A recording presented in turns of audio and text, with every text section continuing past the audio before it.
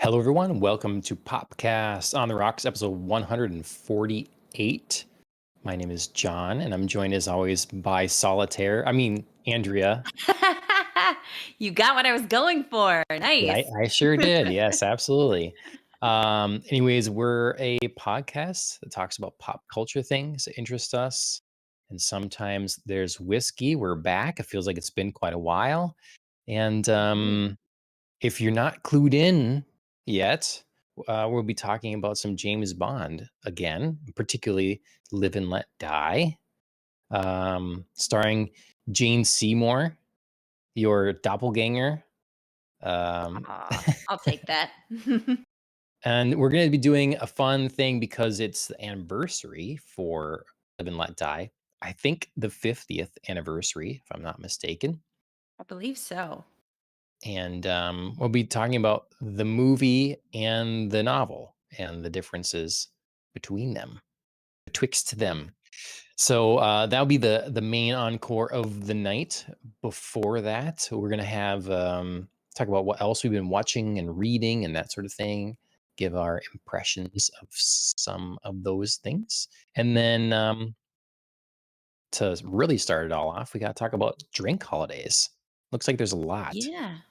Yeah, I mean it's been a while. We've kind of gone through the end of August and the beginning of September already, which holy crap, how did that happen? Um so yeah, we've got a few to go through starting way back on August 25th. Felt very applicable to our podcast, so how could I leave it out? Whiskey Sour Day. I mean, sometimes there's whiskey. I Hmm. am not having a whiskey sour, but college Andrea would have. So Okay. Okay. cheers to that. Cheers also to something current Andrea would, but is not celebrating tonight. August 28th was National Red Wine Day. I am definitely a reds over whites person now. Okay. I think I started out as most people do, where you like ease into like the sweetness of Sure. white wine, and then you kind of like progressively become a red wine drinker, but I'm definitely there now. Okay. Yeah, we've talked about the progression of beer drinking for sure. Mhm. Not so much of wine. Um I don't know that I had a proper progression with wine really. Sure. Like I just have it sometimes. Like Yeah. it's not the yeah. Yeah, I feel like I started out with, like, the sweeter stuff. It's just easier to drink a white wine than it is a red, but it's not like on a hot summer day, if somebody offered me white wine, I'd be like, "No, my god, I have to have red.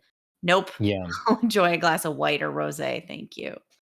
But Yeah, wine is such a occasion kind of thing to me. Like Mhm. there's always obviously the sort of a big, deal made about proper pairings and with your food and Yeah. everything. And to me, that really is where wine belongs most of the time. But like whites, yeah, I'm wanting to drink that when it's warm. It's something Mhm. chilled. It's something lighter, whether it's sweet or not. And Right. then reds, like I really usually only want a red wine if I'm going to be having that with the right kind of meal.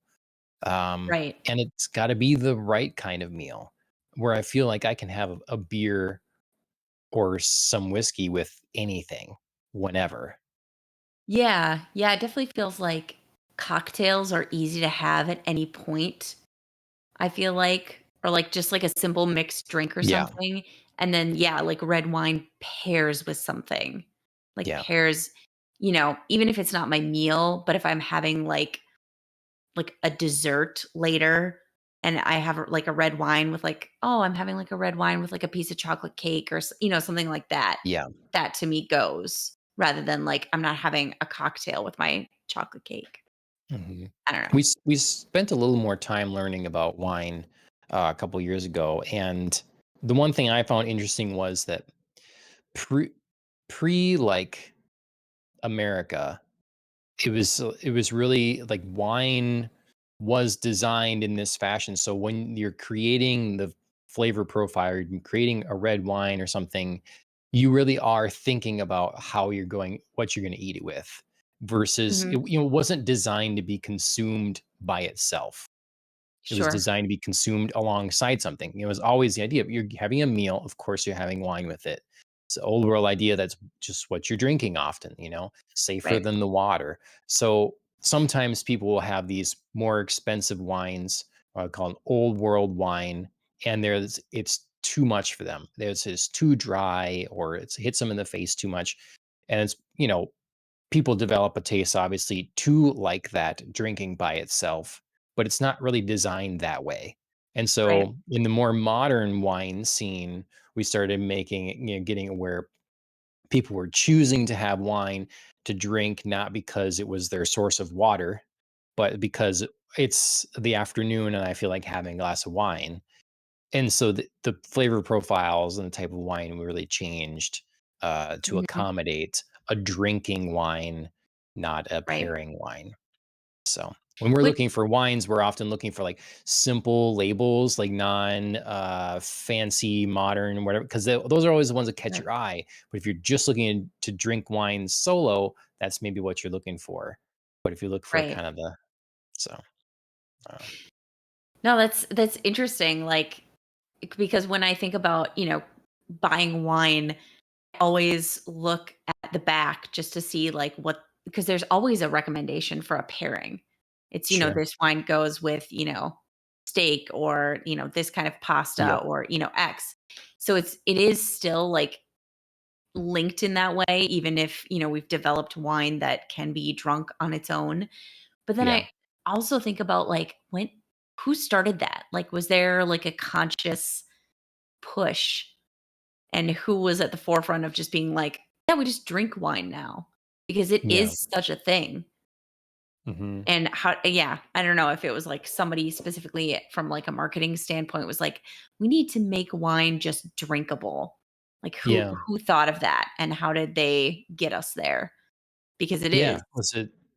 Yeah, that's a good point. Is a marketing push or is it like trying to adapt to people's taste buds? It is a kind of a like a modern becomes a modern convenience again, like where Right, you would consider drinking wine outside of a meal, or you just I don't right. know, yeah, losing maybe they're losing their dinner to losing their lunch to whiskey or something.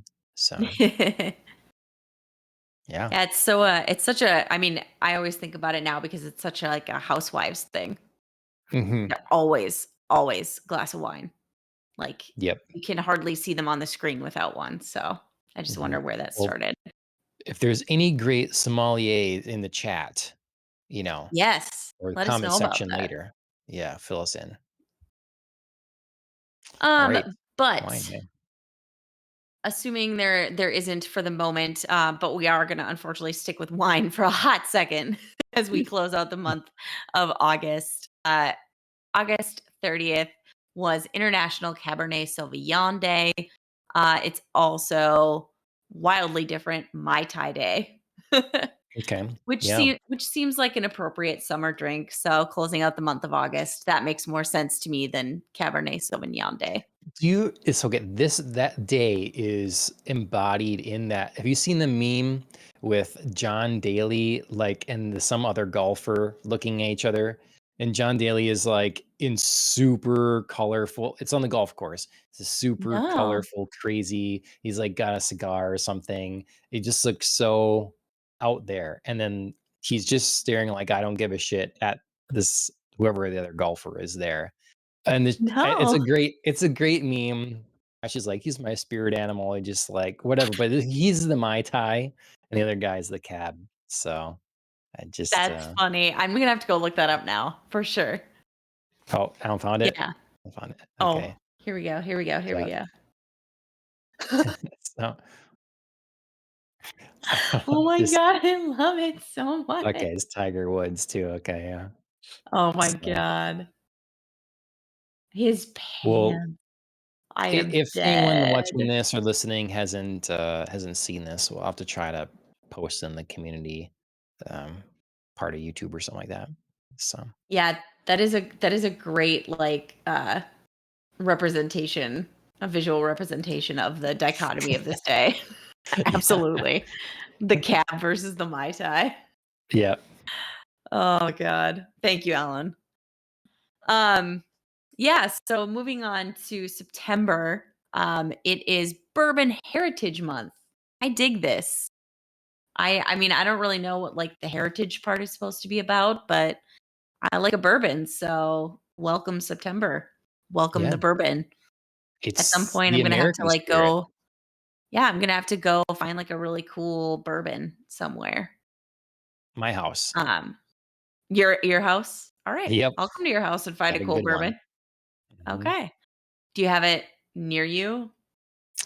I do have one. Yes, I have the Well, look at go-to, this. and see, it's getting down there because it's the go-to. Yeah, it So is. this is the Angel's Envy.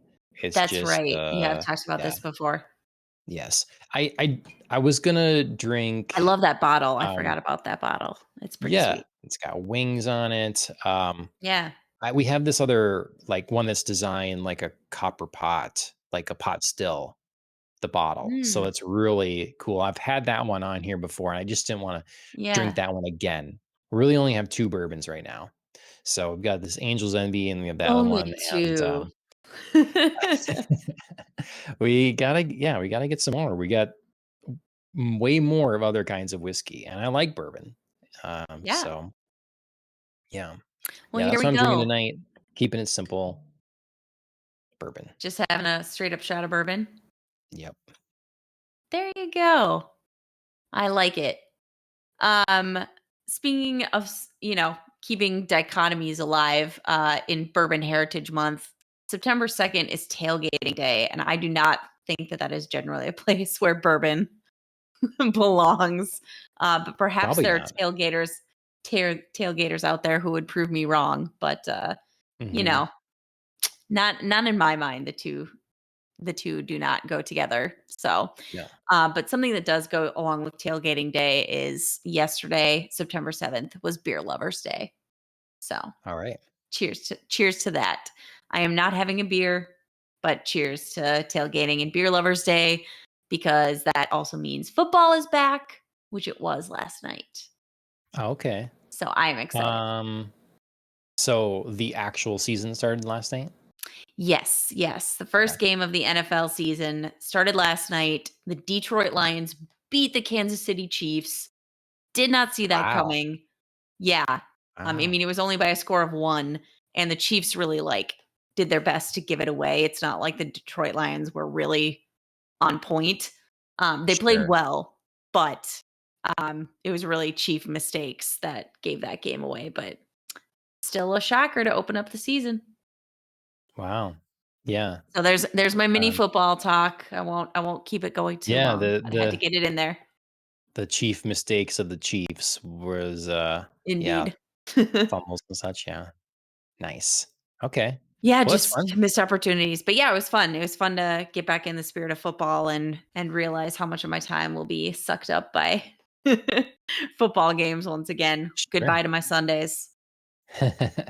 What are you drinking then? So you're not drinking something to celebrate, football, tailgating? No, no. I did that last night. I had a beer.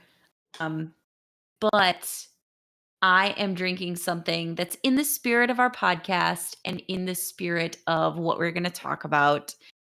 It's not a martini because that's film James, but I am honoring Mhm. book James. I'm having a scotch and soda, which it feels Okay. like he has all the time. Yeah, nice. I honestly was considering that as well. Um, and then I just looked at your list here and like, oh, I can do bourbon, simple here. But Yeah. yeah, no, that's true. It definitely seems like a go-to when we're Mhm. talking book James.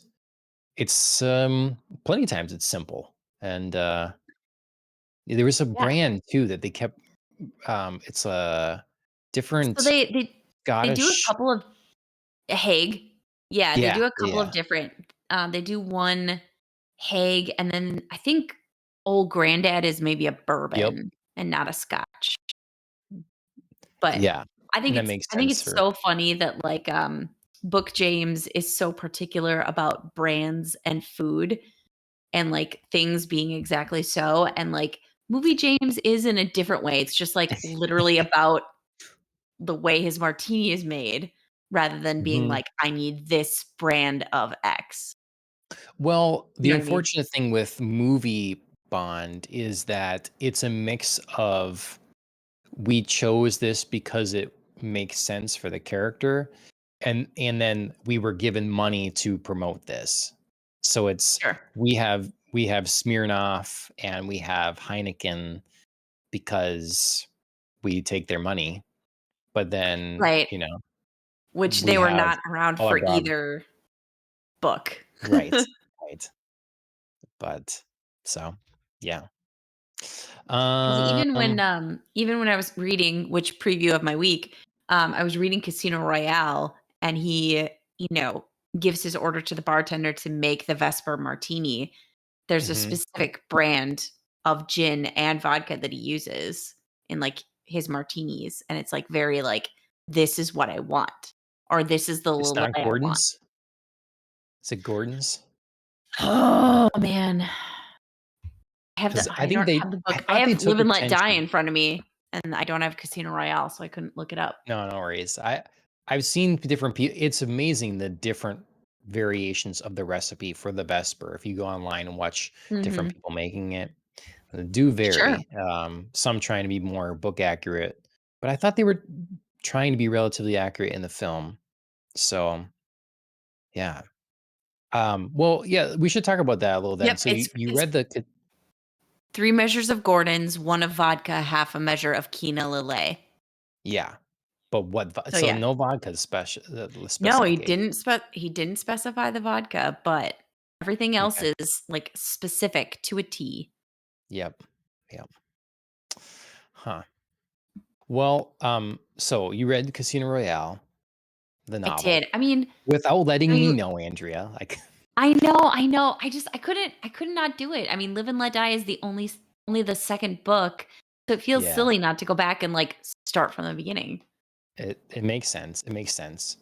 How did I mean, we'll have to talk a little bit more about it when we get into Live and Let Die, but how did you like that book? Like, that was your first James Bond novel. So Yes. how did that come across? How did it meet your expectations or I really liked it. I feel like I had to read the first chapter over again a little bit to really get into the book, because it's hard coming from the movie world of James Bond and then, like, getting into the book world where, like, it is very different because there's and I mean, even reading, like, Live and Let Die, I realized some of the differences were intentional, but it was hard to get into, Fleming's Bond in the sense of, like, he is a person, and movie James is not so much a person as, like, an idea, sure? you know? He's really more of, like, a mythological character almost of a spy rather than a human being, and Book James is a very much a human being, and Yep. it starts off very visceral of, like, I'm in a casino at 3 AM, my eyes are tired, like, I'm feeling blurry, like, my foot hurts, I gotta go outside. There was just a lot of, like, very random humanistic details that I really had to read, like, twice, maybe even 3 times over to, like, get into the book. And It's then, a bit of a shock we to the move into the system. act.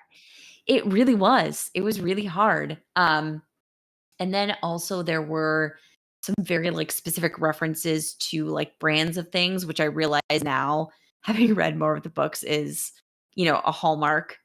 But it was just it was a totally different style that I had to get into, and it took me a minute, but Sure. I really came out enjoying the books. I Mhm. think it helped to read 2 at a time to, like, really get that in there, and I really I liked it. I agree because my perspective would be a little different if I come in here only having read Live and Let Die. But having read Yeah. Moonraker just before, I can see is enough then with just the 2 to be able Mhm. to see what kinda makes these things, have some common Yeah. ground and makes, yeah, like you say, hallmarks of the books and stuff. Yeah, absolutely. Yeah, these are definitely ones I would recommend, and they're nice and short. Mhm. I would definitely recommend reading, like, a couple at a time and not just, like, trying to get into one and being like, "Oh, I have it." Yeah. Yeah. Okay. Cool. Well, Casino Royale, Live and Let Die. We'll get into Mhm. that more coming up. What else happened this week?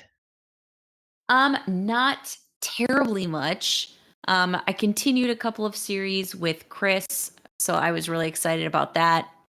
Um, got going on Zom 100, so we are one away from the finale in that series. I'm really loving it. There's been some great character development in these last couple of episodes, which I think I think this season sorely needed. It got like a little sidetracky at one point into like its episodic nature. And then now it's like, getting good, pulling me in, setting the Cool. hook. So I'm excited for that finale to drop. Miracle Workers, watched 4 episodes, 2, 3, 4, and 5. That also has gotten much better. Oh, good. First Okay. first episode was really pretty rocky, um, but it definitely found its stride this season. And there's hilarious battle. So this season is end times, so it's apocalypse. There's a hilarious battle between one of the main characters who is like desert warlord trying to take over this, like scattered little town that's popped Mhm. up. And she has a face off with an HOA president, and it is hilarious. It is so, so, so good. So yeah, so this season definitely really found its footing, which I'm happy about. Also, there's a Daniel Radcliffe shirtless scene. Boy is ripped. Holy crap! Like Harry He's auditioning for Potter. Wolverine, I I mean, mean, he like, could. people talk about that, so He really could at this point. Whatever he's doing, wow. Um, Harry Potter just really went through a transformation, went through a glow up. Are you current with Miracle Workers then? No, so it's a full 10 episode season that have I believe have all dropped. So I'm not current. Yeah, they've all dropped. So I'm not current. I'm about halfway through the season, but definitely amazing. Definitely Okay, recommend for sure. nice. But something I Well, have finished from a while ago, Kenobi. Chris and I okay. finally got through it all. It was great, in terms of, like, watching a piece of background and mythology between and this is not a spoiler. I mean, maybe, but it's so well advertised, I doubt it could be. But watching another piece of history between, um, Obi-Wan and Darth Vader/Anakin Skywalker as he returns in that series was really top notch. Only complaint is the series ends in a wildly nonsensical fashion. And Hmm. it's just like it's and I'm once again I'm not really giving anything away here, but the ending of the series has Obi-Wan leaving Tatooine and it's like but we know he comes back. Like, Yeah. he's there Mhm. watching over Luke in the first movie. Like, why is he leaving? Where's he going? There's like, I don't know. So that was my only just like I watched him like ride away from Tatooine and I was like, you know you're gonna be back, yo.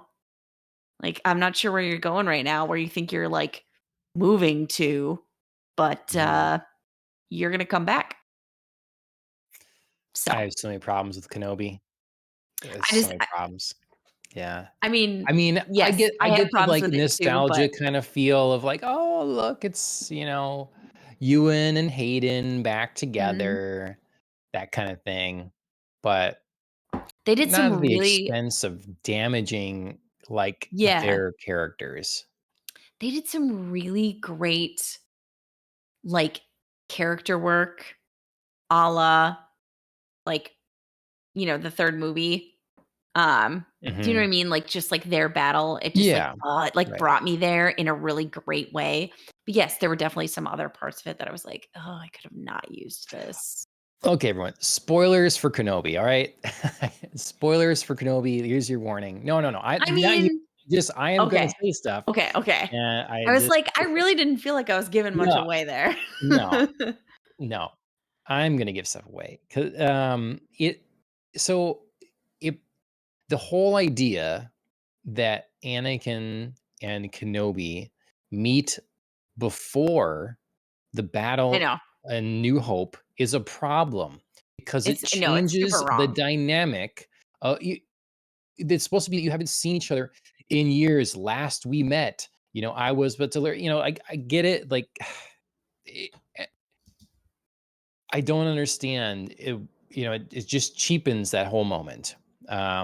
And some people already had issues with that moment with the way the prequels, like we see how the Right. Jedi jump around and do the crazy stuff, and then you see these old timers, and you're supposed to be afraid of Darth Vader, and they're barely moving and some of that.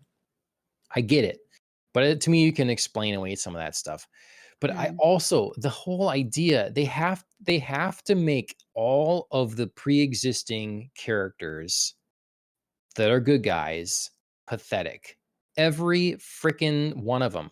Kenobi, like disheveled, hidden away sort of thing. He's like Mm, down on himself. He's disconnected from the force. He's just like in this hopeless state. He's a loser, became a loser. And then we had to spend the series trying to get him to some semblance of the man he was before. So right. again, this is a whole added detail that just worsens the character of Kenobi. Mhm. And they took the idea of like being like removed from the force from a comic book. They could have just made that comic book sometime into a show or whatever, might have been cool, but that person was forcibly disconnected from the force because they did terrible things. Mhm. Kenobi's just sad about himself and the way things went. Right. Ugh, I failed, and so he disconnects himself to like be outside of it. Then he's in charge of watching Luke, and yeah, he just leaves the freaking planet. Like, Mhm. Inquisitors are finding Luke. He is just going off to protect Leia, which was someone Yep. else's charge. Like, what are you doing? Now you're completely removing yourself from what your core responsibility was. The character of Riva is pathetic. She's not a likable character, and I don't know how she lives. I just like this. I haven't even seen the show, and I'm so mad about it in terms of because Kenobi was one of our few people left that he already had depth. He already did Mhm. fail. He already did have, he already, in a way, lied to Luke. He already had things. He's not a perfect character. We didn't Mhm. need to try to slam him in the dirt even further. And he just goes from like, I can't sense the force at all to also, I'm super powerful again, Mhm. and I don't buy it. I think it's not a benefit or a great addition to the Star Wars lore canon. Just so we can have some scenes with Hayden and Ewan again. Let's just go to a Comic Con and like chat and answer Sure. questions. That'd be fine by me. See, I am more torn about this because I agree with some of the thrust of your sentiments. Like there were things about this that were very problematic for me. Like you said, like making Obi-Wan this like really sad, pathetic character and then like sending him off to go after Leia when he's supposed to be watching Luke. Like there are problems here.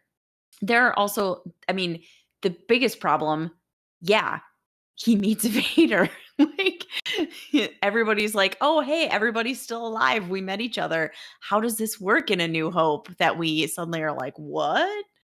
Um, so yeah, so I mean, it's big problems. On the other hand, like I said, I loved the emotional intensity of these scenes. They were amazing. I just really, really wish there was like another way that they could have happened Mhm. because I really just thought they were awesome. They were just moments that literally gave me chills.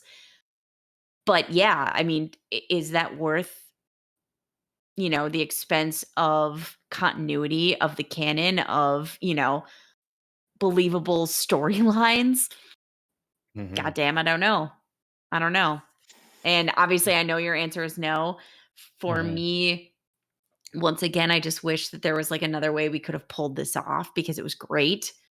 It does bother me though, obviously, because I can't watch it and then not think like this is a very real problem in any Mhm. sort of, and there's no good way to make it happen and then retcon it and explain it like, "Oh, we forgot each other. You know, something happened Mhm. in the Force." I don't know. Nothing you could come up with would be believable. Yep. So, yeah, it was a problem. It was still really cool though to see that battle, to see it happen, to see Vader like just be like, "Oh, you're never gonna win. This is why you're so pathetic." And Obi-Wan was like, "Actually, check some stuff But out because I'm pretty to badass." me to me, it's like, but that's kinda like is a comic book where they have to come up with a lot of excuses to have our heroes fight each other, because you wanna see it. You wanna see this hero Sure. fight another hero instead of like, who would win between these or what, and, obviously, we have a hero and a villain here, Yeah. but, they're 2 beloved characters that we wanna see have a confrontation again. We wanna see that drama, and in comic books, when they're written for a younger audience, we kind of let it go, be moved on past that. There's, hundreds and hundreds of issues of a particular comic line, of Justice League or Sure. something. So we'll forget about this other thing, is targeted kids. We had give it more leeway. But when you're talking, this is like our film and television story, like you don't get the same leeway. You can't just have fun with like, what if, you know? Yeah. Do a what if series then, I guess, that'd be Yeah. Like Marvel's What If. Um, yeah. yeah, so the I totally get your point. The problem here is there is really great reason for them to fight because Darth Vader is still just like out for revenge in terms of like, this series is supposed to be set nearer to their last fight where Obi-Wan, you know, maims him, leaves him Mhm, broken and scarred. And so, like, you definitely feel the revenge burning in his heart, and it's like overriding good sense. The problem is this series is coming far too late for the viewer to really feel that. That hate is old to us mm. because the movie Revenge of the Sith was so long ago. If this series came out 2 years, 3 years after that movie, I could absolutely go from that to this and still feel that, like, visceral hate from Darth Vader for Obi-Wan. Like, I still have, like, Hayden Christensen, like, screaming in, the sand, on fire, just, "Ah! I hate you, I hate you." Going from that, if this was, like, 2 years after that, totally. This fight would make so much sense because he would be like, "I am gonna just murder you for what you did to me." But we as the viewer have to remember all of that and get to this point, and that's the problem here. Like, this series is too late to, like, play on us feeling that earlier hate. I Do you I do you, get like, get what that. I'm saying? Yeah, I Like, get that. this fight would Yeah, absolutely make sense 2 years after that movie. I would still be like, "Oh my god, he's so pissed. He's gonna go get him," because he makes decisions in Kenobi that are definitely, like, not for the good of the Empire. They're definitely like, "I just want Kenobi. That's all I want. I'm gonna kill him because 'cause I'm so well, pissed."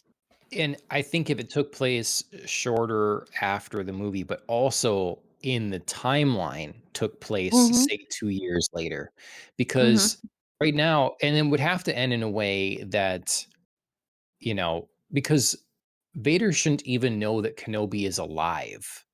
He shouldn't know, like, when we get to A New Hope, it's like, "Whoa, here's a presence I have not felt for a long time." Be like, Right. "I didn't know this old man would still be around." Like, I Right. figured he would have been, we would have wiped him out. He would have been hunted down with the rest somewhere along the lines, or he did just go off and hide his head between his tail with his tail between his legs because he's so utterly defeated. He's just out of the picture, done and gone.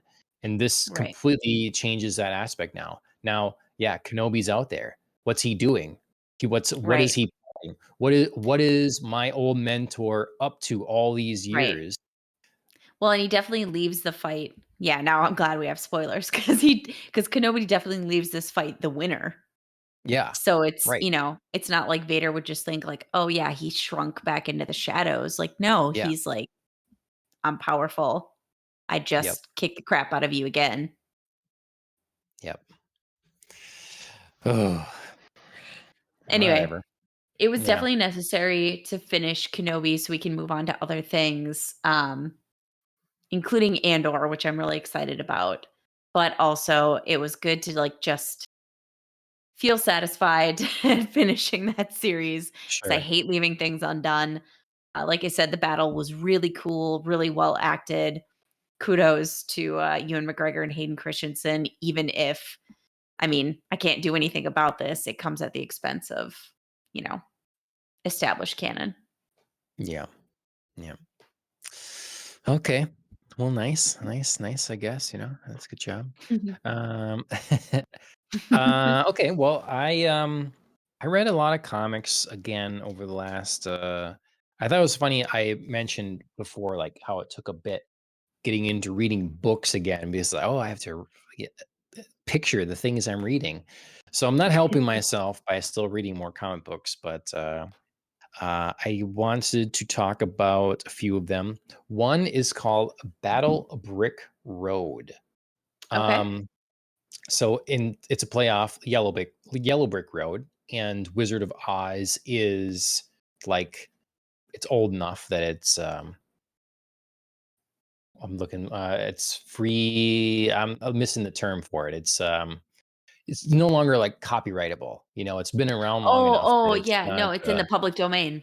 Yes, yes, Yeah. thank you. So this is a kind of a new take on that story. So on the cover is like Scarecrow, Yeah. very badass looking Scarecrow, Sweet. and it's by Eric Weathers and Zeb Hatfield. And the interior art, I think, is a lot of fun. Is more futuristic, this one, but they still Mhm. include like the flying monkeys or whatever they are and some of that. Um, and let's see, show a few more pieces of the interior. So I've never been a big Wizard of Oz fan. Never could say I really particularly cared, but I know it's a classic, and I'm excited to have a different take on that story. Sort Mhm. of a future dystopian sort of take on the story. And yeah, That I think monkey it's face was really sweet. yeah, there's some really really good art in here, some interesting Yeah. characters and fun things that happen. I didn't really know what to expect other than I thought the art looked good, and it delivers. It's fun, it's well written. They don't do terrible exposition. They do that where it kind of makes sense. People explaining things to characters they would explain them to.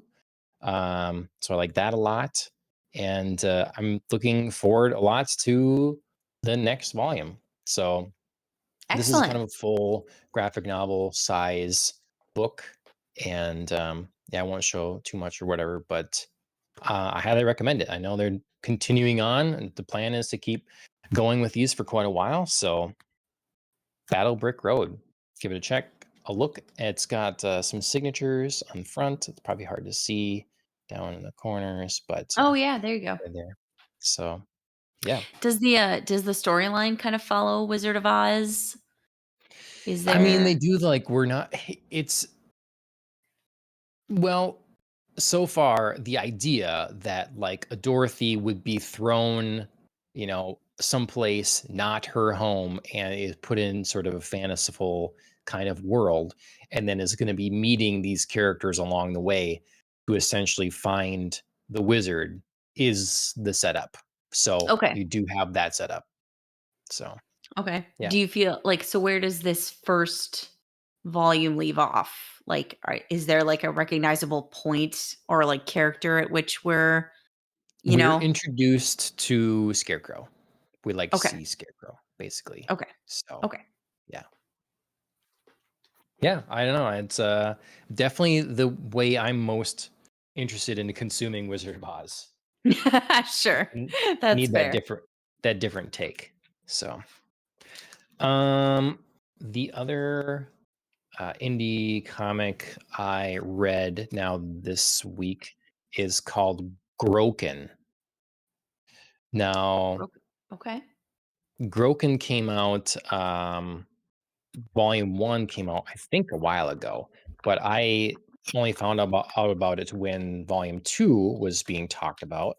And so I bought at that point volume Okay. one and two.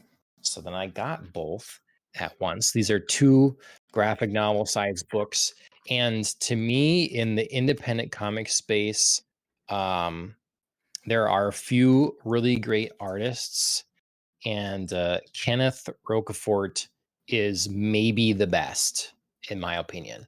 So, Kenneth Roquefort, this is basically, to my understanding, his story in Mhm. a, as far as I can tell, made up world.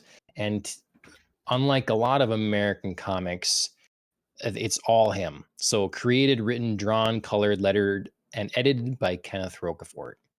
So Wow. it's his His like show. his baby. Yeah. hmm I think his art is both detailed and stylized in all the right ways. So, Mhm. and again, this is like what I like in terms of a made up, created fantasy world. So Mhm. there's not a lot for exposition in this. I can see some people complaining about, like, I don't know what's going on exactly. Like, they do explain things, but you are very much thrown into a new world that you are unfamiliar Mm.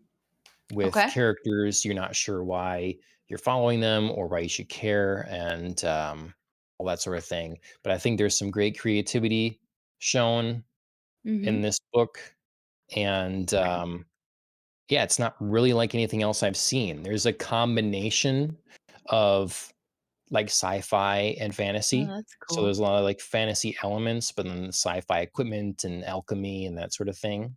Sure. Um, it's yeah, I would have been happy if I got just this one, but having two was really good to be able to just continue the story. So um Wow, so that's insane detail. that's one, and then two, again, I don't wanna, like, I won't give away too much or whatever, but, I'm just Ooh, I showing both love that. anyways. On Uh, my left slash your left, that top left panel, that's gorgeous. the yeah, the woman here with, like, the Yeah, mask. yeah, Mhm, that's mhm. gorgeous. Wow. So they were introduced to quite a few characters in the first one. We get a little more from them in the second one. I will have to, if I have any complaint about these two books, it's two things. One is the little opening couple paragraphs. They give a little sort of, I don't know, little statement about what's happening here, I guess. And I think it just sounds like a run-on sentence to me. Like, I was worried when I Okay. read it. I'm like, what is this grammatically? I don't know. Oh It god. reads weird.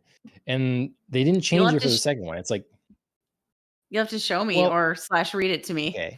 I think I can read it fine.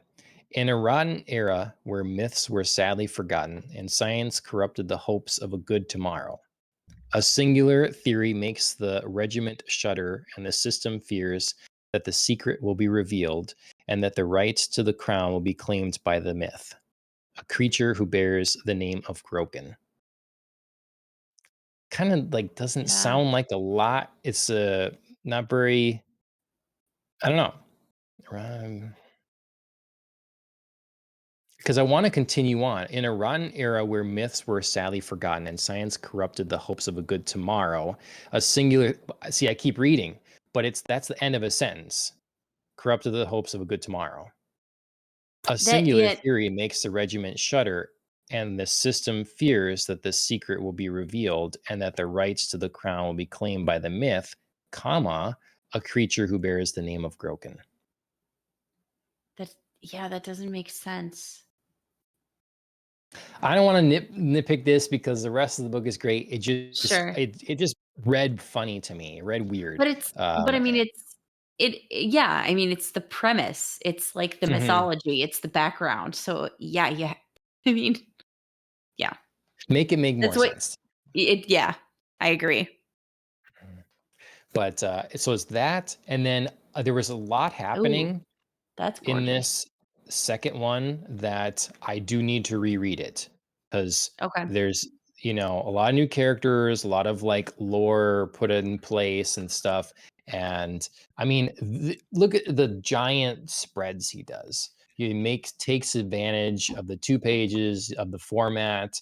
A lot of things like this whole thing here isn't have much for panels. You've got a couple panels here. Otherwise, Mhm. it's one thing. Yeah. Um, so I like that a lot. Um, yeah, just real quality book. When it comes to the independent comics I've read, I need to reread this one, but this is a new one of my favorites. I think it has a lot of Awesome. promise, and I can see this if I was a kid reading it. It's a little mature for a kid, but whatever. It would like I would read it over and over and over again. I can see Sure. myself if I was a kid like this opening my imagination and Sure. just like fixating on like a background character and just Sure. like always I would do what I did to my first X-Men comic and just read the thing over and over and tear it to shreds. Sure. So for any like I'm hoping it keeps going and my kids are into comics and that I can give them to them pretty young, let them see it and maybe they'll have Mhm. that similar kind of reaction. So okay, last two things and these will probably be quicker. Um, when I was younger and I had the opportunity to subscribe to some comic books, I was subscribed to Batman for quite a while. You don't say. Yes, Batman. So for whatever reason, maybe it was a gap between renewal of my subscription or something. In this particular run uh, of this 6 issue kind of storyline, I was Mhm. missing one issue. I was missing part 4 to the series. So I found that on Amazon, picked it up, and now I have the complete six Broken part City? thing. Yeah. Um it's of the fame Azzarello. He Brian Azzarello is did 100 Bullets. I've mentioned him on the show before. Right, The right. artist he works with kind of has a distinct style.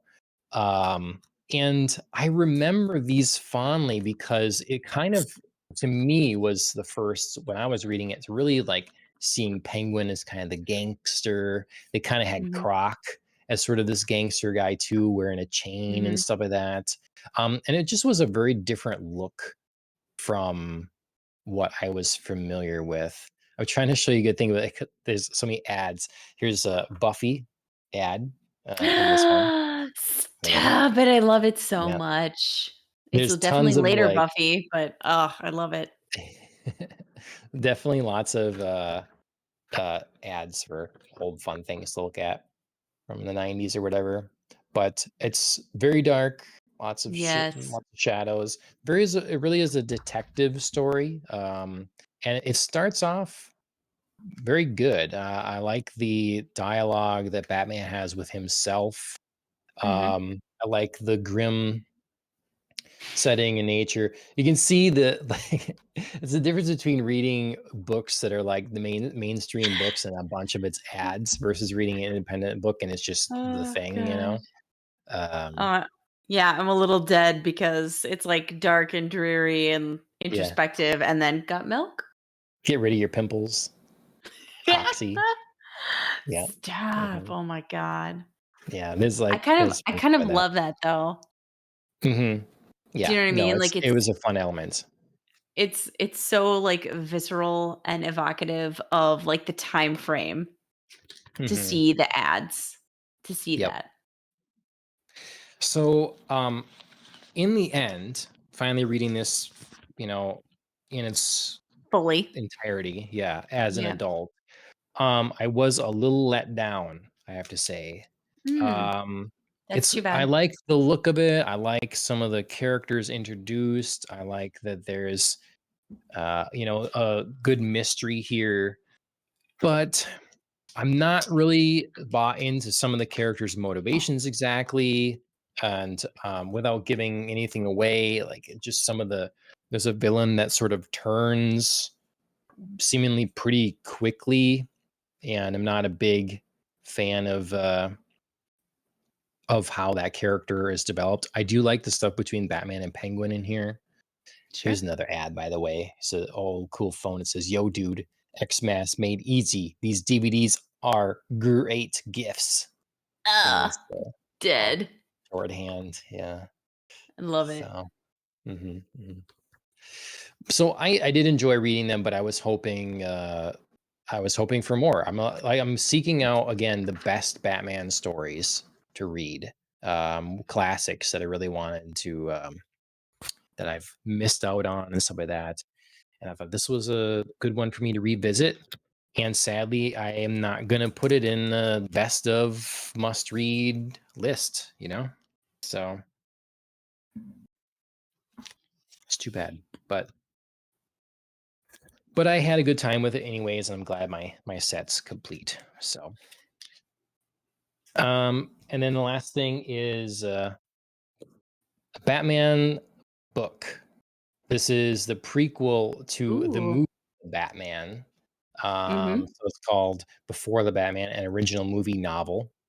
All new, exciting story inspired by the film. So this takes place a little earlier than the film. It fills in some of Bruce's background in this version, what he was up to. It talks about his love of cars and working on his Batmobile and some of that. I thought that was really cool. And who Um, wrote this?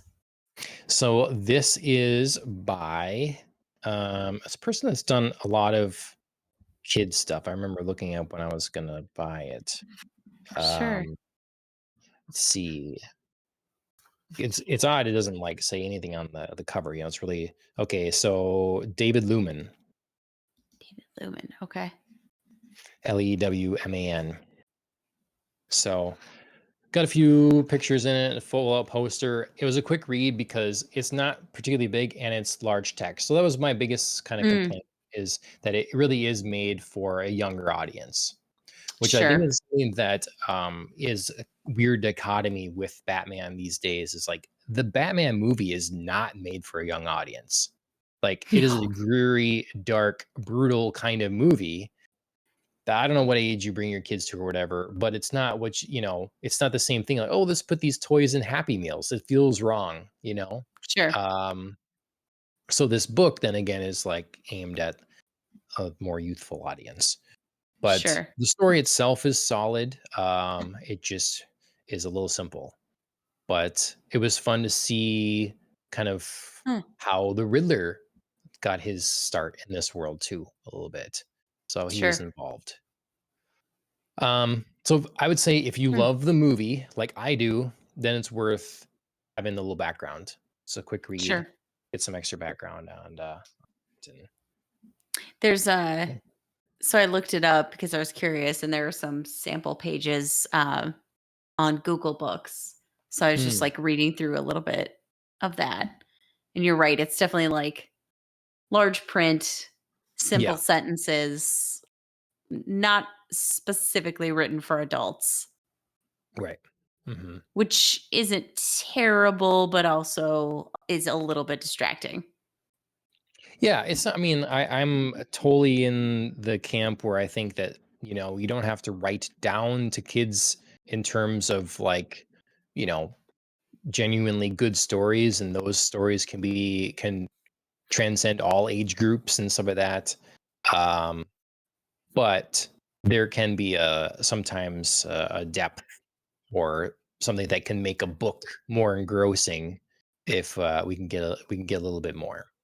Yeah. Spend a little more time in places, not glossing over them quite as much to get Right. to the end. So, Right.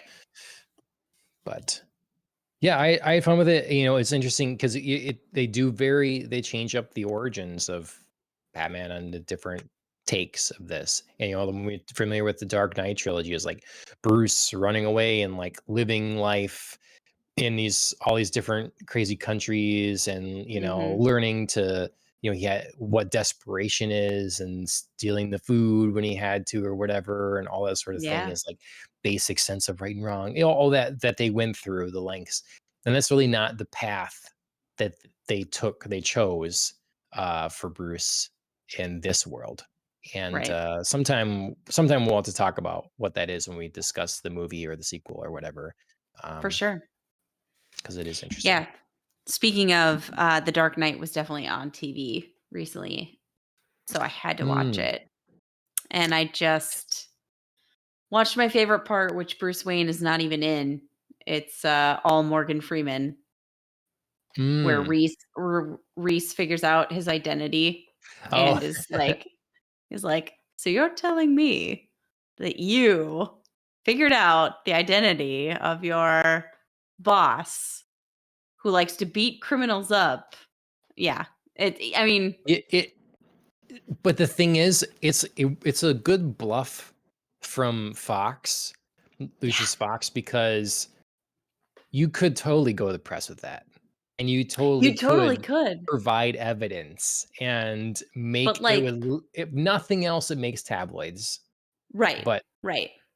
But, like, Morgan Freeman sells the hell out of that little, like, mini monologue.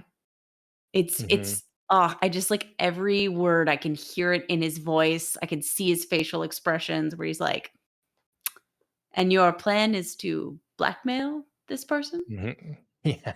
Good luck."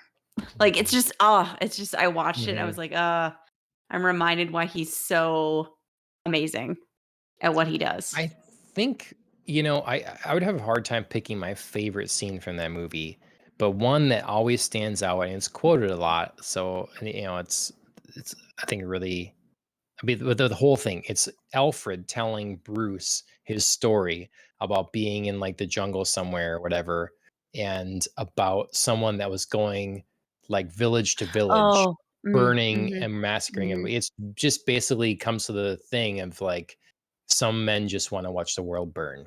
So Yeah, that whole little like thing, and then the creepy Hans Zimmer does a creepy strings whining thing that he does for the Joker that builds at the beginning. yeah, That's very good. So, yeah. anyway. There are so many parts about that movie that are so excellent. Came in at some good parts. Obviously, like I said, that monologue from Morgan Freeman is one of my favorite comedic moments, but then one of my favorite dramatic moments is the ferry where Mm, everybody has to go through mhm. their own like philosophical dilemma. It's Yeah, just there's some great acting, even though it's not a big role, there's some great acting there too. yeah, yep.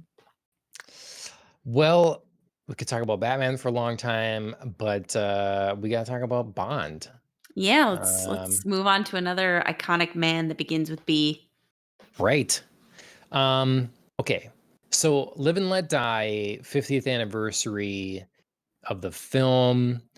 Mhm. We watched both the film and read the novel. Mhm. And we've both read 2 Bond novels now, so we have a little more, Yes. a little understanding of how he writes and what this character of James Bond is like.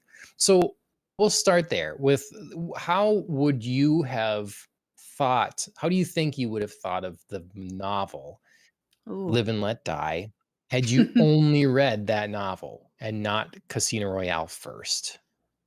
Ooh, that would be difficult because it was definitely easier to get into this book having already had that background and that feel for his writing, the feel for, like, the specificity of some things, like, I really like to tell you how I order meals and be Yeah. very, very specific about that.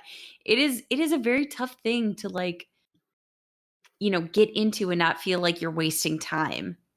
Do you know what Hmm. I mean?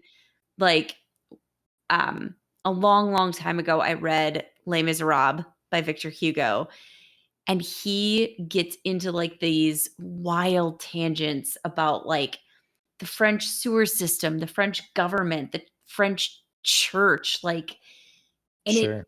it is a giant waste of time. It's fascinating, but it doesn't belong in my book. And so I feel like this is like a microcosm of, like, this could feel like it doesn't belong in my book, but somehow Fleming makes these, like, I don't know, these, like, focuses or, like, these passions, these interests, these preferences of Bond part of his character. Yeah, Whereas I I was gonna think say it's like character development. it is, and but it takes you, like, a book to get there. So if you're only reading one book, it could feel annoying and it could feel, distracting, but once you're reading multiple books, you really get, like, a sense of the character build. Sure. So I really appreciated having read Casino Royale before reading this book because I feel like I actually enjoyed this book more, and I feel like I enjoyed the book more than the movie, and I don't know if I would have felt that way if I'd only read the book, because I could have been Okay. annoyed by those things. Okay. You bring up something that is I'm seeing as a bit of a problem with me reading these books is that Mm, it uh people always say the book is better than the movie. It's a common thing to say, but it is kind of taking away some of the fun I might have had before with the film, mhm. having now read the book. And this was particularly the case with Moonraker because I read that book and then watched that I could movie. I could definitely see that. Yeah, this one is, I mean, I was a little bit coming from Moonraker. I was a little more surprised that this was closer to the book than I thought it Sure, was going to be. sure. You know, um, how did that come across to you? It's like, did it feel shocking how different it was, or was it like, ah, I can see the bones of this book here, and this makes sense as for an adaptation. Yeah, I mean, to split hairs, I could see where this book was or this movie was coming from the book. There was enough there that it felt like, like they at least tried to stay true to the essential plot, but there were some differences that I felt like were necessary for the big screen and some that I didn't. Sure. Like, I didn't really feel like Mr. Big needed to be anybody other than Mr. Big. Sure. You know what I Yep. mean? Like, he didn't need to be Kananga. Like, Yep. I didn't there was I no agree. We didn't point need that little there. twist there. Yeah. Hmm. So, yeah, there were certain things that, like, translated better, like, right here, like, we had the living embodiment of Baron Samedi, and that, like, tied into, like, all the voodoo elements. Sure, great, I love it, Hmm. this is, like, a more visceral feel to the voodoo, Sure. but, yeah, there were other things that I just logistically was like, that didn't need to be here. We didn't need to Yeah. complicate having 3 different locations. We didn't need to be New York, New Orleans, and Jamaica. We could have just picked, like, okay, we're skipping New York. We're just gonna do New Orleans and Jamaica. Or we're skipping New Orleans. We're just gonna do New York and Jamaica, like in the book. Just unnecessary complicated. Sure. Yep. Yeah. I definitely agree with Mr. Big. Mr. Big was, and I always kind of liked the villain in the movie, but now I've been with the book. Mr. Big is a more impressive in the book is a more impressive Villain. villain. I agree. than what we have in the movie. His sort of like stoic intelligence, like, and Bond talks about all the time, like being impressed Mhm. of his intelligence and the operation that he has going. Mhm. He feels like a real proper threat, and just described even physically, having the size that he has and stuff like that. Um, yeah, I think that the movie loses that battle. I agree. I agree. Both. Yeah, he's not as physically imposing a character in the movie. And then also this is the advantage of the book, so I'm trying not to fault the movie too much. The book, we see the full depth and breadth of his, like, network and his reach Yeah, because the book has time to go into, like, this busboy and, this restaurant, this, like, telephone operator, this cab driver. The movie can only hint at that because it's gotta move forward. So it loses the battle there, but movies often do in that sense because books have more time. yep. I So, was happy that they included that element in the movie, though. We would see agreed, occasionally agreed. someone, like, calling up quick and saw him and whatever, so I don't think I Yes, took as much note of that, really thought of that seeing the movie before the book, that, "Oh, yeah, this is, like, such a large connected thing," like, it really made more right, sense having read the book.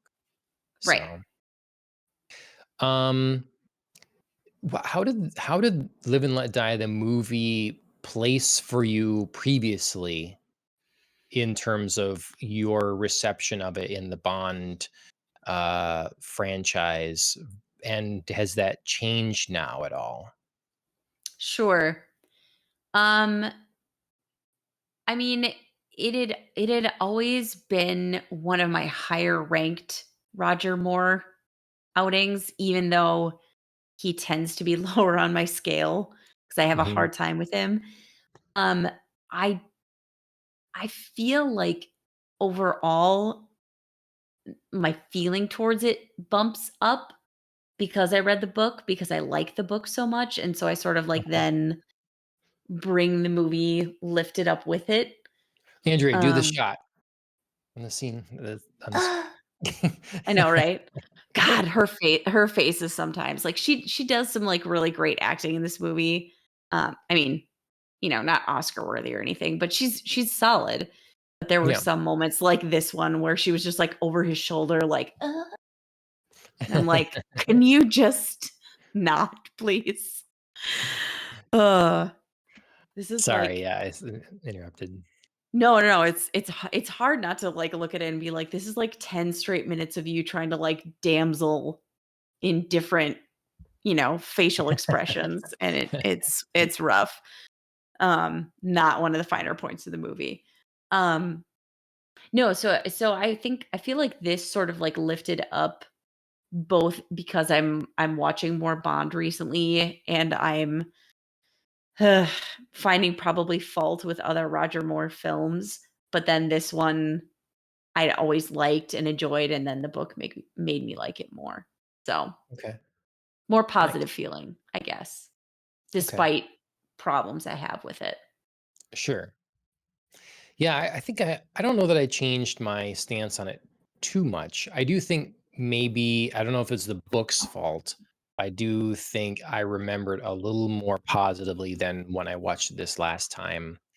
Sure. And um but I still always really appreciate the stunts Mhm. in a lot of the Roger Moore ones. And I appreciate that in this one they do pretty well to not make it so obvious it's not Roger Moore.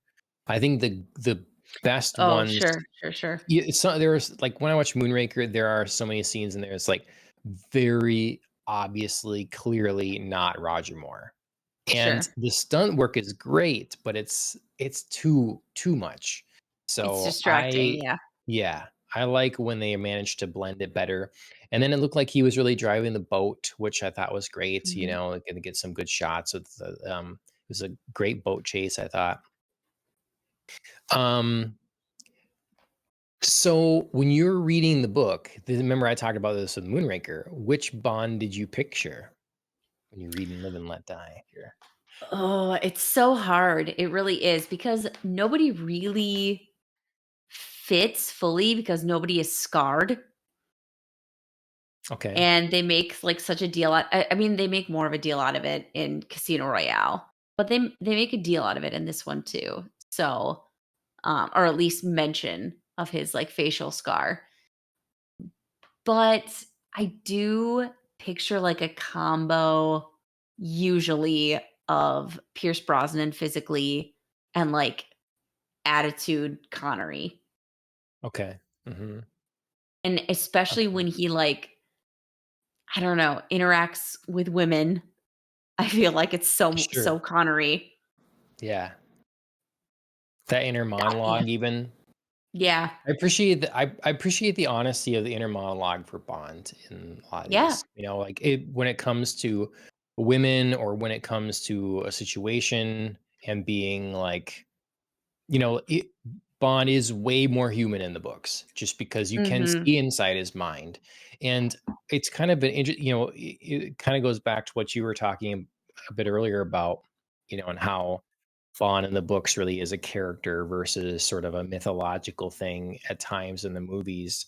And um, I was struck by both of the books I've read now, how kind of fortunate, lucky Bond gets in situations. He really gets put through the ringer. In this, like, he has his finger broken back and passes out. That wouldn't, clearly doesn't happen in the movie, nor would But they it have. wouldn't. Yeah, Yeah. it wouldn't, and then I'm like, well, there's situations where, yeah, I mean, James Bond is That's getting why whipped in the nuts in Casino Royale, the movie, and he's not passing out there. He's like putting on a smile, and stuff like that, right. to deal with it. So, Yeah, I mean, so two points off of your point. One, because it's showing up right now. This opening scene is probably struck me as one of the more human Bond moments, just because like we're seeing his apartment, he's in a robe, like we get inside his mhm. kitchen, he makes a cup of coffee. M is like watching him make this messy ass cup of coffee. Like, what are you doing? He's so human in this Mhm. that it really hit me in the face. Um, but then, yes, to go off your other point of like Bond's sort of luck in situations or his like human nature of, I'm being tortured and I'm passing out, this is my humanity. That's why I feel like Die Another Day was so revolutionary at the beginning because Bond got caught Mm, yeah, and he was affected by torture. You know what I yep, mean? Like, we watched him, like, really not fully break because he didn't, but, I mean, we watched some of it. Like, yeah, we clearly watched it have an effect on his physical body, but also his psyche, and that was yep, huge. I just remember yep, being struck with that movie. mhm, Um, and that's not really present in any other Bond movie, but it definitely is in the books, and I yep, definitely felt that shift in the book. sure. MJ is in the chat. Just want to take the Hey, opportunity to MJ. say hello to her. Everybody should make sure they check out MJHoneyBee on Twitch. She does a lot of Dead by Daylight streams, and she's doing. I don't know. I'm not like big into Twitch and stuff. She's doing some sort of subathon or something. I think tomorrow. So if you're around and you got Twitch, you should give it a check, a looks out. Yeah, subathon, that's what it's called. So, Okay. I don't know what's all entailed in that, but go and find out for yourself. Tomorrow, 9 a.m. Central. So starting early. Um, and MJ, sorry I haven't been in your streams much this week. It's been busy. So work getting going. Yeah. Um, Even though we're yeah. adults and no longer in school, I still feel like September is just like, I don't know, the new beginning of a new year, and it's always In a way, crazy. yeah. I Mhm. mean, obviously for you, like hitting up like harvest time, I totally get Yep. it. but also, like, for me, married to a teacher, yeah, September is Yep. always just nuts. Yep. Okay, so I wanted we got a lot more we could talk about with this. I wanted to bring up for sure the couple moments, kind of plot points that were um from other James used in other James Bond movies that were a part of the Live and Let Die novel. Did Okay. you pick up on any of them? There were two that I thought of. I don't know that I did. Although if you're gonna say it and then I'm gonna be like, "Oh my god, of course." I'm Sure. gonna feel silly, Okay. but So the first one is a big one, and I thought that I like I said, the feeling was creeping up of of familiarity, and sure. then I forgot what point it hit me. I was like, okay, this is definitely what's happening here. So the whole smuggling with fish and stuff like that, that whole scene down at the docks and everything, and that's Oh, License to Kill. yes. Yeah, that's right before you just said that, I was like, "Yep. Yep. Mhm. So that whole thing, kind of having the curmudgeon guy that's there, that and is in charge of this part of the operation, and even I think it's name of the chapter is something with in worms or whatever. I have my Yeah. copy of the book here, by the way. I got this old like retro-y copy, that's kind of torn up and smells funny, but you know, Yeah. Midnight it's Among the Worms." yeah. So I Mhm. remember they used like these little clearly fake tackle worms in the movie Mhm. and just like jiggled them to make them Yep. seem like they're alive things. But Yep. yeah, so that whole thing, and then on top of that, so it's then having the sharks, because in the movie, the License to Kill, they Felix Leiter gets badly wounded. Yep. Now in that movie, he had just like gotten married and stuff like that, whatever. But he gets badly half eaten or partially eaten by sharks, just as we get in the book version of Right. License or Live and Let Die. So yeah, I was shocked by that. Um, Yep, I but totally forgot also at about the that. same time, happy that they used that in another film. It's good stuff. And Yeah. then oh, go ahead. No, I was just gonna say, I mean, it's silly because, like, that is a really great part of this book, and why not just Yeah, use it here? right. Yeah. No, if you're You've got trying to so much of cut it things baked in. right. Because I also really liked the idea that Solitaire I enjoyed Solitaire more in the book. I thought that she Mhm. was a fun character. She had a lot of life to her, and it made sense to me, the idea that she was like kind of um maybe talked into, but largely kidnapped to be used for her abilities here, and she wanted out. Yeah. And to like see an opportunity here with Bond, both like maybe in the moment, but then also like through her gift, as Yeah. this is a chance out. And I really liked that element in the book. She came across as really like earnest, Mhm. and I just liked that relationship. It grew nicely, but it was also Mhm. realistic in the sense like Bond fucks up and she's gone, Yep. and he has to carry on with the mission. He's like, there's a good chance I'm just not gonna see her again. I just Yep. and that's part of Bond's life. That's part of his mission. She's just might be dead now. And Yep. not like you'd normally have in the movies. And I thought the relationship between them was much more like, you obviously weren't getting gonna get that warmth and stuff, and the growth of the relationship with the way that it was presented in the film. Right. Yeah, I mean, for one, they don't have the time that the book has to develop that. That's always gonna be something fallible about movies versus books.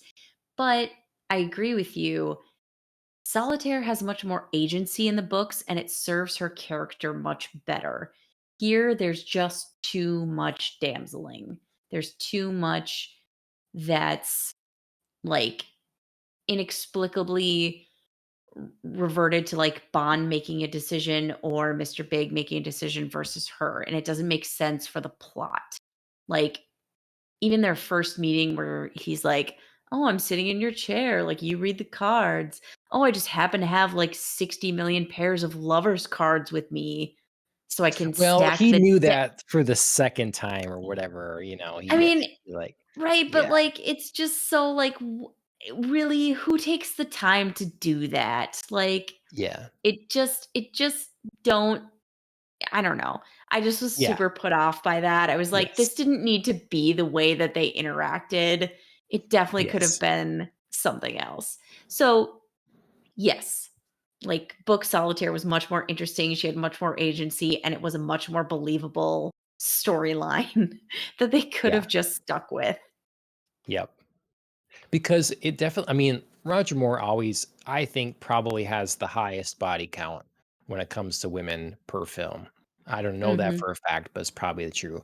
But he the way that like essentially he uses her own belief system in the cars to trick her into having sex with him, which I get it. It's a bond. I that I guess fits, but it was so much nicer in the books, Yeah, and it's not any less like, I don't know, the attraction is there and it just feels right. genuine. It feels less um, you know, just less I'm taking advantage of you in a situation. Right.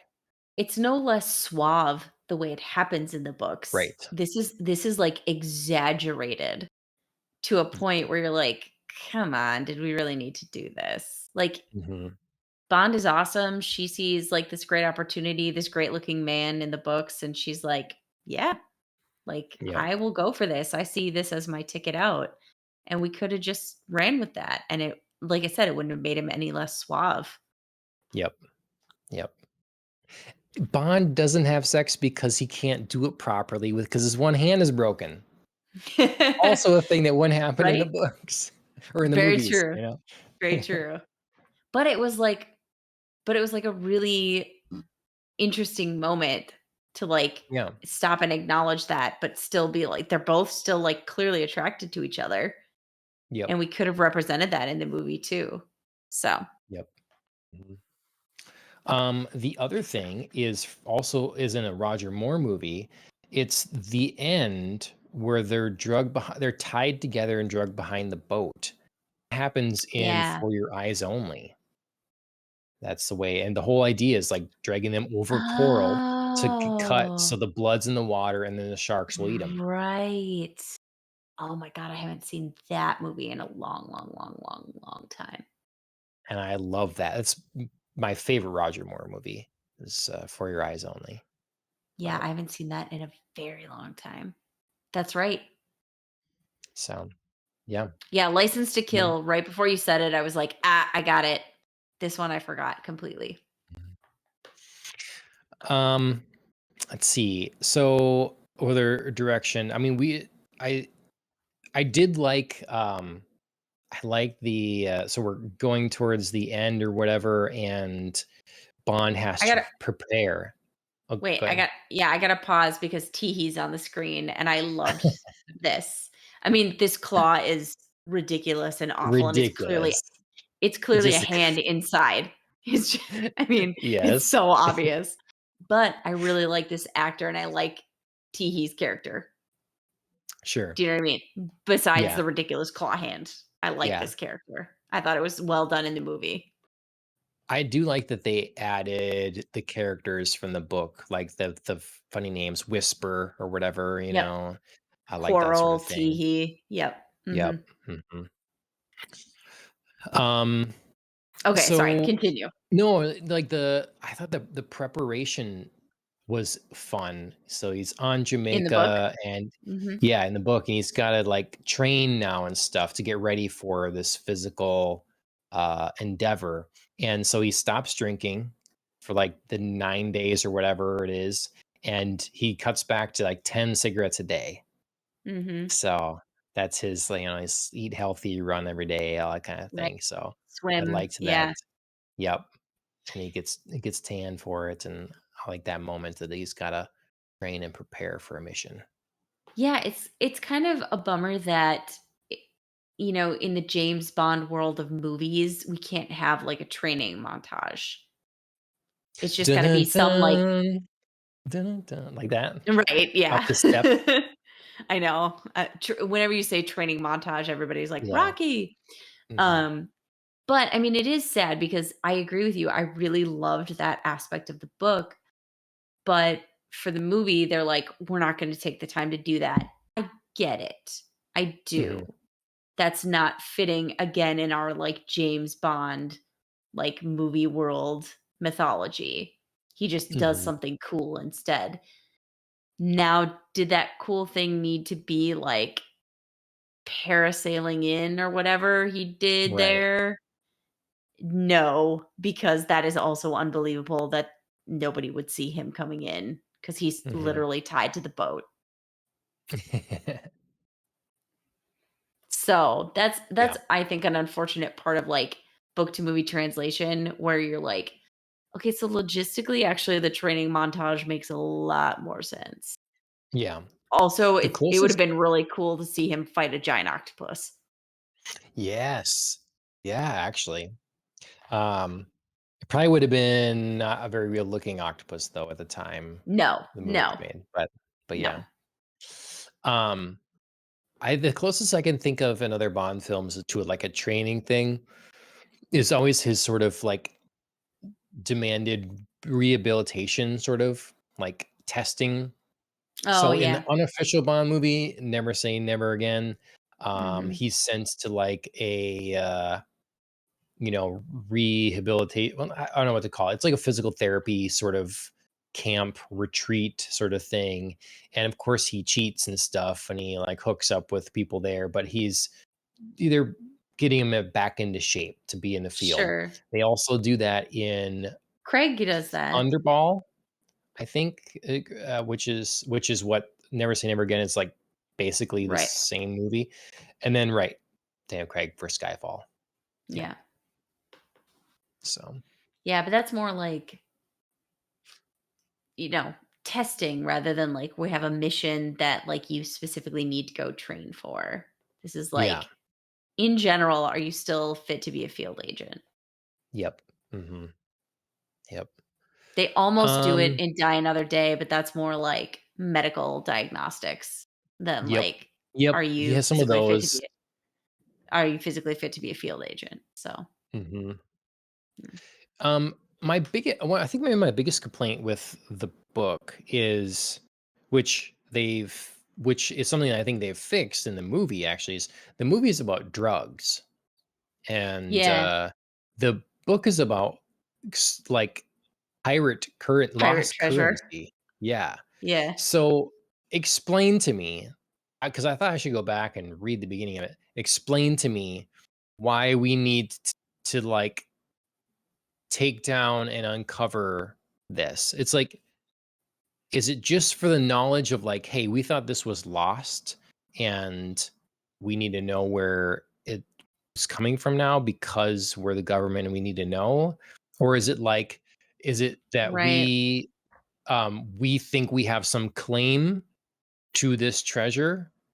Or is it No, there's like we what is the crime being committed here? yeah, so I think and you're correct in that it's not very well done in terms of like why this is a threat. But I think it's because Mr. Big is associated with Smersh and they're Book worried that version the of gold Spectre, yep. yeah, so they're worried that the gold is going to go fund activities and, like, grow, like, their operations, but they don't make that super sorry, Fleming doesn't make that case very explicitly, so it is sort of, like, fringy, like, "Why is this a problem?" Okay, I buy But it. I It makes but I sense. It I think that's, like, the crux of the problem. Yep, that makes sense. It makes total sense. They wanna cut off a funding arm of Smersh. Yes. Yes. Yep, But okay.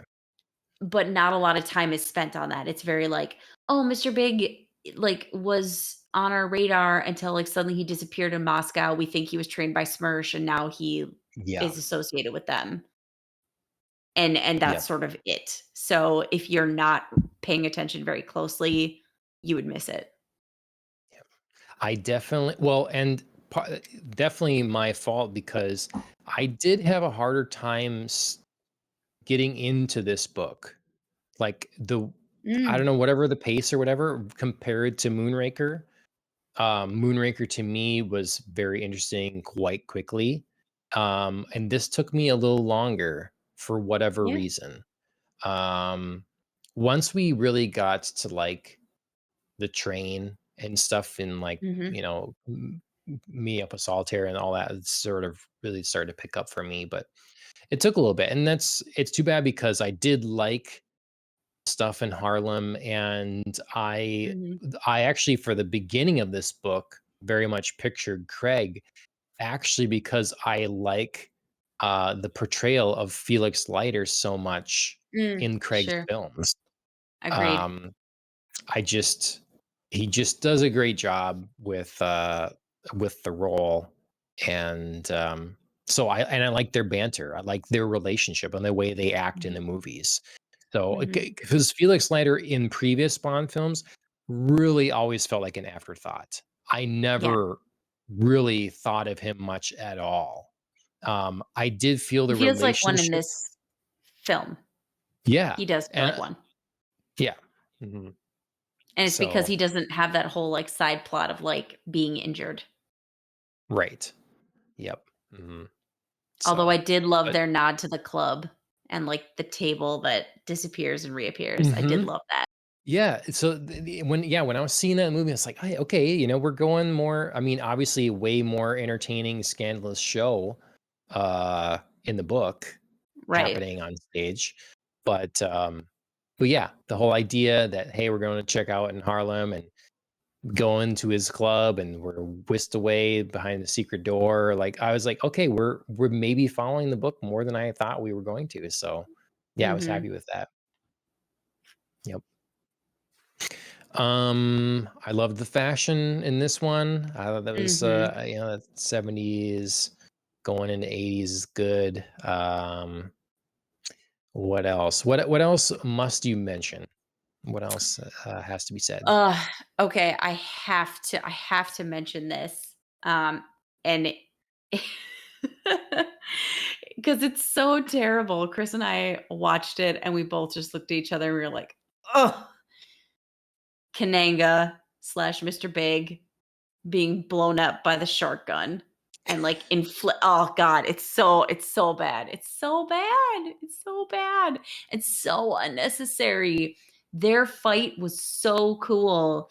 They were already in the water with a shark, like, shit was gonna happen. There was blood. All Bond had to do is, like, bleed on Mr. Big and, like, shove him in front of the shark, and it was gonna be badass and in the spirit of the book, and then Yep. suddenly he's shooting him and he's blowing up. Like, oh god, and it was such bad effects in that moment. I agree with you, there were so many other great effects, stunts, moments in this film that really detracted for me. Yeah. Yep. They at least do it really quick. It happens Yes, fast. thank God it's over in the matter of, like, 5 seconds, but those 5 seconds, you're, like, clearly not watching a human being. It's it's terrible. And then when he blows up, it's not even like and I know they really can't, so this is part of why I'm annoyed by it. It's not visceral. It's Yeah. clearly not person that Chunks. Yeah. blows into pieces. It is like It's balloon puppet bits. balloon bits. Yes. So that's why I'm like, this was unnecessary. You had a cool fight, you had a cool setup. Just go with what you had and try to Mhm. make it like extra cool. Yeah.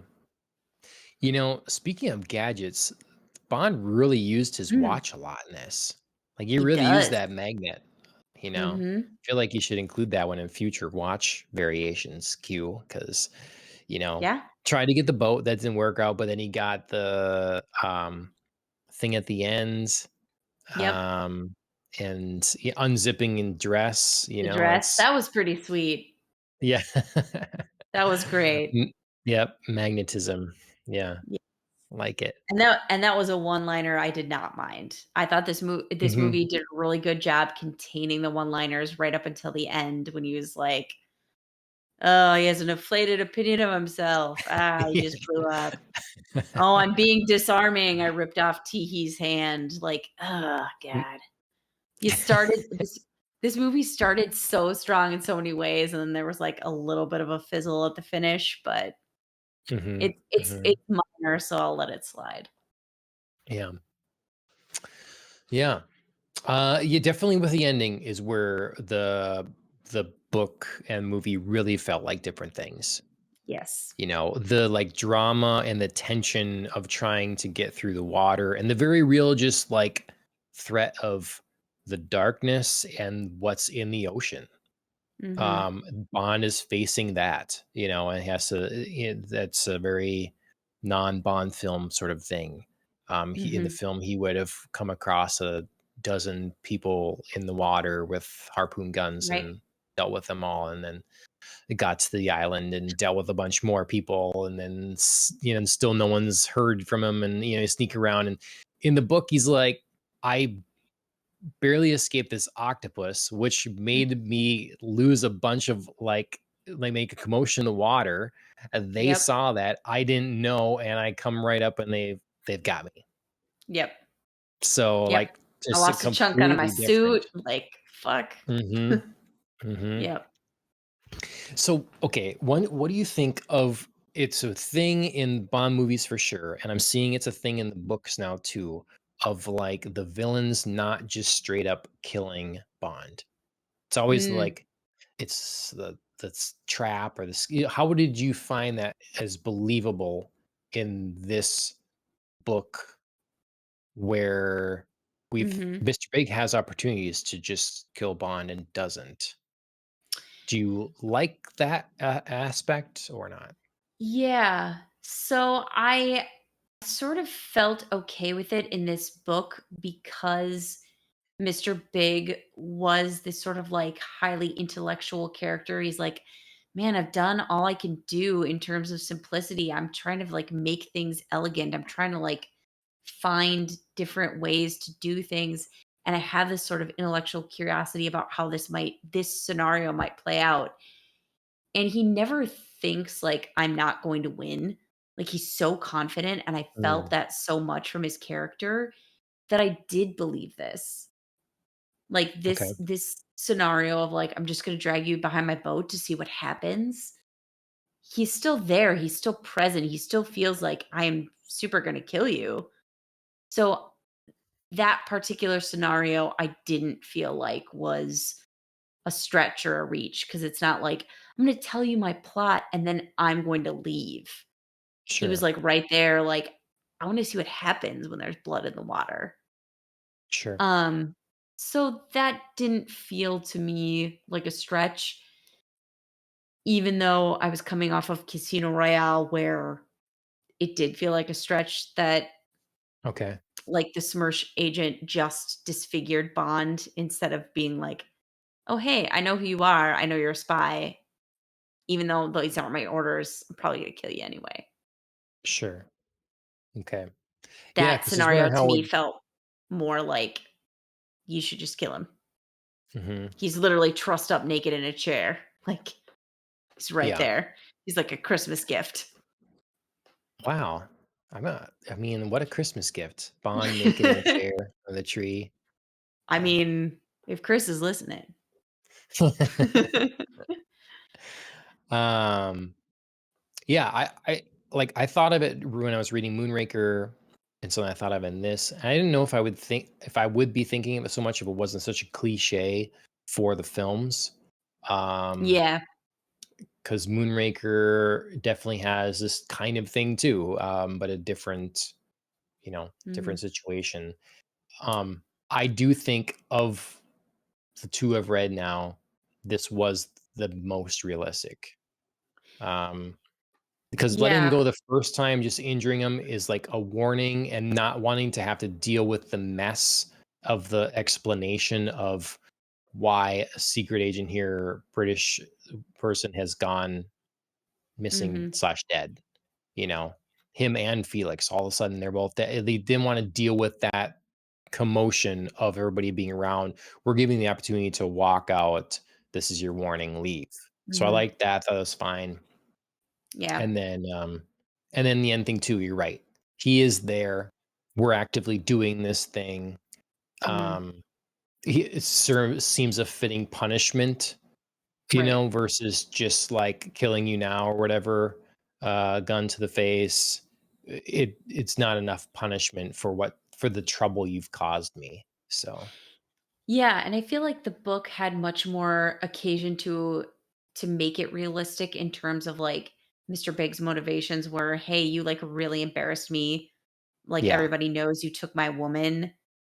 And yeah, their belief in my like supernatural power and standing in voodoo is right. shaken. So I really need to like punish you well so that everybody can regain their belief in my infallibility.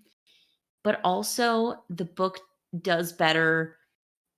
I mean, movies are always going to be a little bit hokey when like your hero and your damsel are tied up and like dangling over some sort of wild animal tank as like we're going to kill Sure. you.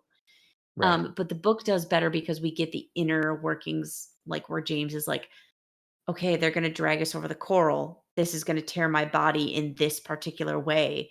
This is how like sharks are going to attack. This is how barracudas are going to swarm. You know, if this happens, I'm going to throw my body over solitaire and drown her. So Yeah. she Right. doesn't, you know what I Had to mean? be Like it's eaten live. Yeah. right. It's so much more like of a visceral like threat when you Hmm. like think about somebody's inner monologue of like, this is how I'm going to drown somebody so that this is a death preferable to being eaten alive. That's Yep. way scarier than somebody Yep. standing, you know, tied up with like what looks like a silk handkerchief, dangling above a shark Yeah. tank. They look fine. So, It creates a hardened and heroic moment. Like that's a mhm, real like moment of, I don't know, machismo there. Because if you try to put that in the film, how do you explain it without inner monologue? You have to have Solitaire ask for that to happen, probably. right. Right. Because Bond's not gonna that messes with the point. Bond's not gonna come out and say, "Hey, if you're gonna be eaten alive, I'll just drown you." Like, you don't Right. say that. You're just Like making that decision right, that's not gonna make there. anybody feel better. Yeah. Yeah, and again, it coming down to, like, well, he did what he needed to, he planted the device, he put the timer on it and stuff like that, but I'm like, he's gotta be on time, I gotta try to delay, whatever, because it counts, these seconds matter for when this is gonna go off versus it's too late for us anyways. Right, right. So, um, what else? Anything else? I don't think so other than, um, I mean, there's not much to say here about the theme song because it is classic, it's great, I love it. Yeah. I do mostly, I would say like 80% of the time, love its use sprinkled across the movie. There were 1 or 2 Mm, times where I was like, "Okay, we could have, like, pulled back a little bit. We didn't need to use the sure. theme here." But I do get it. It's a great theme. It lends itself to, like, the quick action moments, like the instrumental portions. So, yeah, it was fun. Mhm. I remember really not liking Ooh. the sheriff, but Oh, yeah. in subsequent viewings, not starting with this one, but in subsequent viewings before, I had actually changed my opinion in the way I had embraced Roger Moore films, and Sure. I think he's pretty funny, pretty damn hilarious. It's really weird and out there and silly, but I'll give my brother Billy Bob. We'll give my brother Billy Bob, and I don't know. Billy Bob will sure teach him. He'll teach him. I thought he's a funny addition to the story, and it works well with Roger Moore. Um, It he works thinks well he with has this him. style. Yeah. Mhm. Yeah. Yep. So, okay. I mean, that's Live and Let Die. The book Yeah, and overall, film. I feel like, Roger Moore's first turn as 007 is really one of his best. Yeah. And, this I mean, reading the book and watching the movie did not change my opinion about that for sure. Cool. Great. Well, are you excited for the last Bond anniversary of the year? So we Which one is that already one again? from Russia with Love, 60 Yes, I years. love that movie. So, Getting to my favorite Bond again. all right. Because we covered just now Live and Let Die Mhm. with the 40 years, 50, fi- 50 years. And 40 was, what's the other one we just Octopussy. did? Octopussy. We didn't read the Mhm. book for that. No, we But, didn't. and then, yeah. But I'm okay with it because now I feel like I can just read through in order. Okay. You know what I Okay. mean? You, Like, you're starting with just Live and going to, Let Die was, like, easy to just, like, I'm just gonna blip back to Casino Royale, and then now I can, like, go forward. okay. So you're going to get all the, I don't know the order by heart, but you're going to get the From books. You're going to read up to From Russia with Love. Yeah, From Russia with Love is only number 5, so all I have to do is read Moonraker and Diamonds Are Forever, and then Okay. From So I Russia have with to buy Love. Diamonds Are Forever. I had Yes. to, okay. I have Casino Royale. I don't know if I'll be able to manage. It depends on when we do it. If I'll be able to manage Casino Royale and Diamonds Are Forever and uh From Russia with Love. But Alright. Postpone Casino Royale till the last, yeah, because obviously it'll be the least relevant, yeah, but it is a good yep. book. Okay, okay, cool. Very exciting. Mhm. Happy to be reading these books. It's been a long time coming. Pretty sad I haven't read any of them to this point. So happy to be doing so. And talking about with the one and only solitaire. Hey, you should have some tarot cards with you. There's a I should. Dang it, I should have come and taken some of Ashley's and just, yeah. Yep. flashed some, like, Death and Lovers and High Priestess. Yep. Hmm. All right. That's been Popcast on the Rocks. Make sure everybody you follow us on Twitch, YouTube, Twitter, Facebook, all those sorts of places. We do have stuff going up on Rumble as well. It's supposed to mirror what's on YouTube, so check that out. We're on podcast directories, Apple Podcasts, Spotify. The video version is on Spotify, and often we have like polls. Like community questions and stuff like that. You can answer on there, join the discussion. MJHoneyBee was in the chat earlier. We appreciate her stopping by. You should check out her Twitch channel and YouTube as well. Killing the Flower, they wrote our theme song for the show, and they are available on music streaming services and on YouTube. And Track Mouse 34 on YouTube is Mhm. our good friend Mike. He does racing videos on YouTube, so go ahead and give him a look see.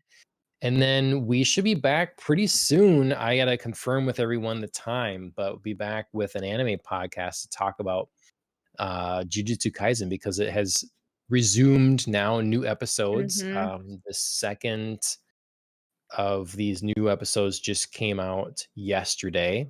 So hopefully on Monday or early next week, we'll be talking about those two episodes. So Yeah. make sure you're following along. I don't think I missed anything. Andrea, thanks for joining me once again. Of course. As always. Cheers, everybody.